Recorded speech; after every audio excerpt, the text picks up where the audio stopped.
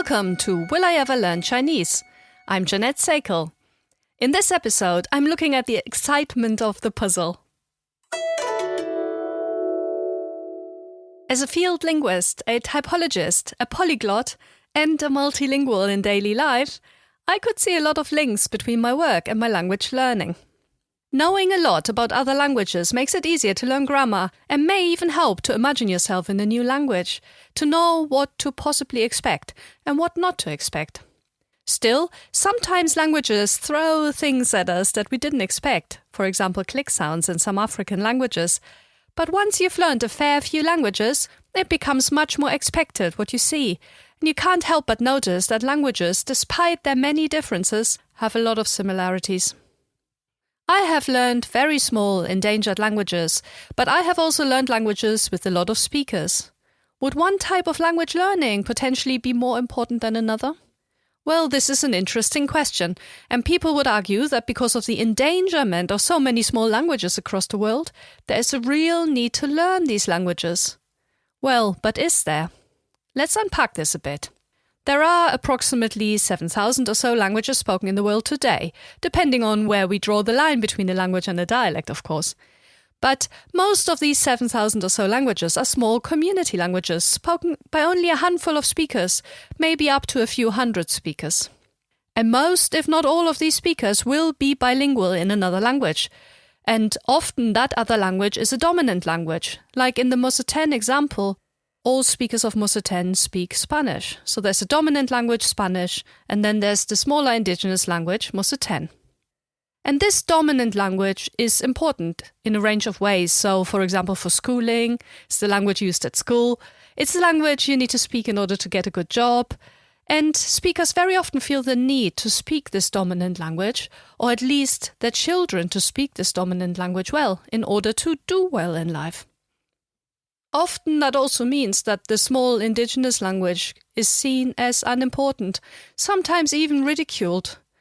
But even in cases where it affords a relatively high status, such as Gaelic in Scotland, it may still be looked down upon by many as a marginalised language, one that is only used by a few working-class people on the edge of communities somewhere, one that is not very useful.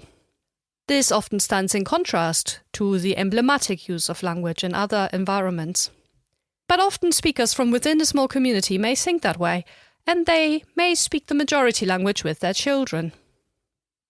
This then leads to children not learning the language, or potentially not learning it to the same level as their parents spoke it. And then the languages can become endangered. This basically means there will be fewer and fewer speakers of the language. And eventually the language is likely to disappear unless there is an intervention of some sort. This is obviously not the case for big languages like English or Chinese. These are languages that are spoken by an ever-increasing number of first and second language users. And these are the dominant languages in many parts of the world as well. So these languages are less likely to disappear. When a language disappears, we are losing invaluable knowledge, both in terms of what languages might be able to do altogether, but then also the cultural and any other aspects of that language that are intrinsically connected with that language. So, as a learner, wouldn't it be better for me to choose a small and potentially endangered language to learn, rather than a big language like Chinese? Well, when it comes to understanding how languages work, field linguists and typologists like me think so. And this is one of the reasons why so many of us go to far-flung places to document the languages there, and then in that process also learn the languages. But language learning as such is not just about the preservation of languages and cultures, but it's also about being able to talk to other people. And I think Chinese is a fantastic language to learn that way, just because there are so many speakers. And also, there are many Chinese people who don't speak English. So being able to speak Chinese builds a bridge between cultures that are otherwise not that closely linked. Aside from the differences between small endangered languages and then these large global languages like English and Chinese, I realized that the process of language learning and understanding was very similar, independent of the outcome I was aiming for. Whether that was to document a language and write a grammar, for example, or whether that was learning the language for the language's sake in order to speak it. There were processes in grammar writing that were very similar to those of learning Chinese, and I could draw on my previous fieldwork experience to learn Chinese more efficiently. I also drew on my previous language learning experience when I was conducting fieldwork. The learning process overall involves a lot of similar strategies that I had previously not really realized were there. When I was doing fieldwork on Mosse 10, I was in the lucky position that I could speak Spanish with everyone, a language I initially understood and spoke much better than Mosse 10.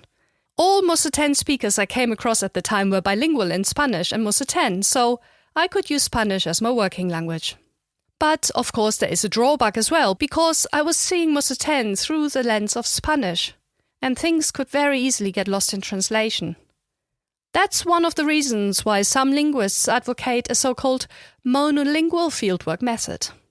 This means that you are only working in the language you are learning, in this case Mosse 10, and not use an intermediate language to help you communicate, such as Spanish.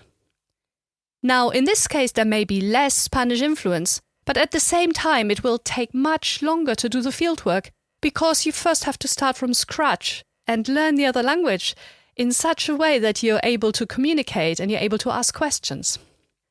So which approach is best? Well, that depends a lot on the circumstances, of course. I have worked in other field situations, such as when working on Pirahã in the Brazilian Amazon, where there wasn't another language I could use, because the speakers of Pirahã basically speak no other languages. Well, other than a handful of men who spoke some very rudimentary Portuguese, which was something I was investigating. But nonetheless, working on Pirahã had to be done monolingually. I eventually had a more monolingual approach to Mosse 10 as well as I was conducting my fieldwork. But at that stage, all the speakers knew that I was speaking Spanish and wondered why I was now trying to speak Mosse 10, when my Spanish was still somewhat better. There were other times, though, when speaking Spanish I would have missed crucial information. For example, while I was having a meal with my main collaborator, Juan Wasner, he suddenly said, "Jeanette, querecha way." I was intrigued. I understood what he meant, in the context, because I understood, well, Jeanette, and querecha, which means money. But there was another element, there was a way element that he was using, querecha way. I then realized that I had promised to give him his weekly pay, which is the pay of a teacher, since the work he was doing was more or less that of a language teacher. And I realized that he was asking for his money, tongue-in-cheek. I got very excited, but first I promised him to give him the money straight after the meal, but then I progressed to asking him for more examples of way used in context, to understand how it was used. Because this element I'd not encountered before, and this is the first time I encountered it, and realized there was this construction in Mosse 10. Very recently, a debate has resurfaced again on email lists and social media, frequented by typologists and fieldworkers, about the need to learn a language relatively well before doing fieldwork on that language. And it's a very interesting debate, and I'm following it closely, not the least because I've always tried to learn the languages I've been working on. For me, the learning process and the fieldwork went hand in hand. I was learning a language while I was doing fieldwork and finding out about grammatical constructions. Writing down these constructions, I would then use them and learn new things in the language, gradually improving. This was both for my own learning and my own proficiency in the language, as well as for writing down how the system works. By writing down these rules explicitly, it seemed, I was able to visualize them even further in my head, which then in turn supported my learning and my ability to use the constructions later when speaking the language.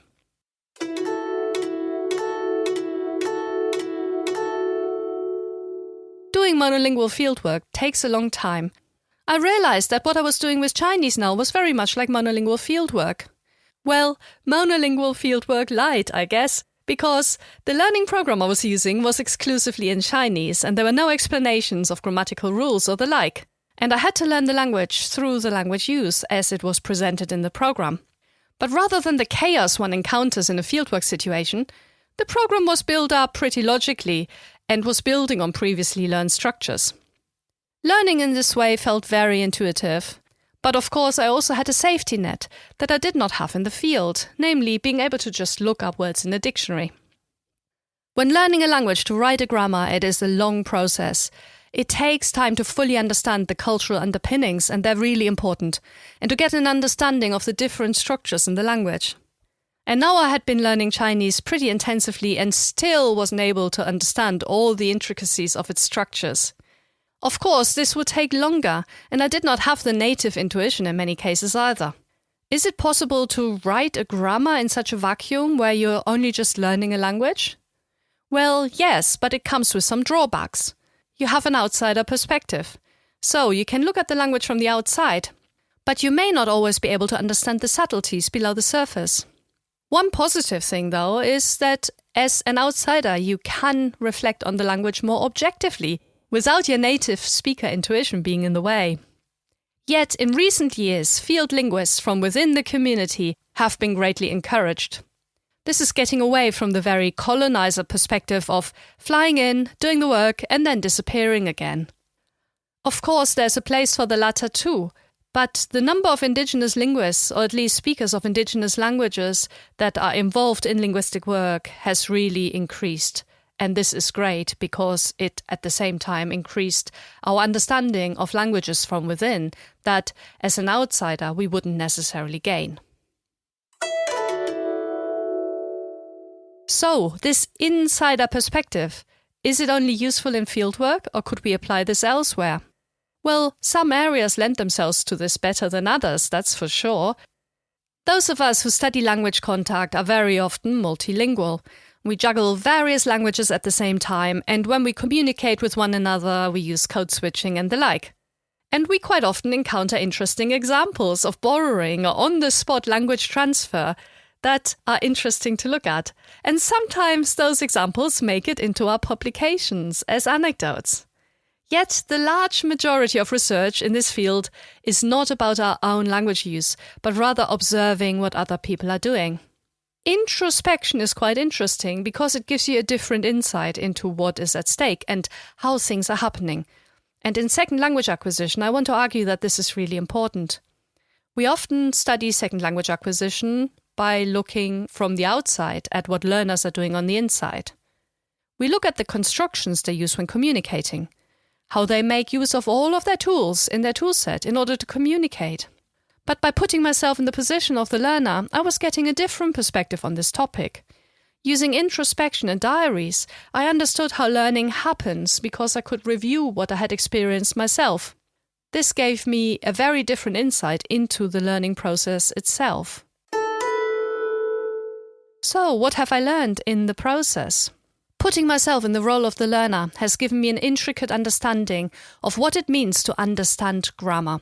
And it has also helped me to let go of some of the assumptions about language that all of us make. Remember, as a second language learner, we already have a first language, and that language will, subtly or not so subtly, influence the way we are learning our second language. I just had to let go of my expectations that Chinese was doing things similarly to German or English. And this can be really difficult, in particular since the terminology we use to describe languages is actually quite biased. When learning a language through grammar rules, the rules themselves and the way they're written can influence our perspective on language. Let's go back a little bit and consider the field of linguistics as such and its origins. Originally, people were just doing philology. They were looking at the languages around them, looking at ancient or dead languages, and try to find relationships between these languages. They noticed that some languages had similar sounds and similar structures, and started to try to find out if these were accidental or if there was something behind this. They soon found out about language families such as Germanic and Romance and Slavic. Then they realized that there were structures and there were regular sound changes across these languages, so you could predict how the languages were related.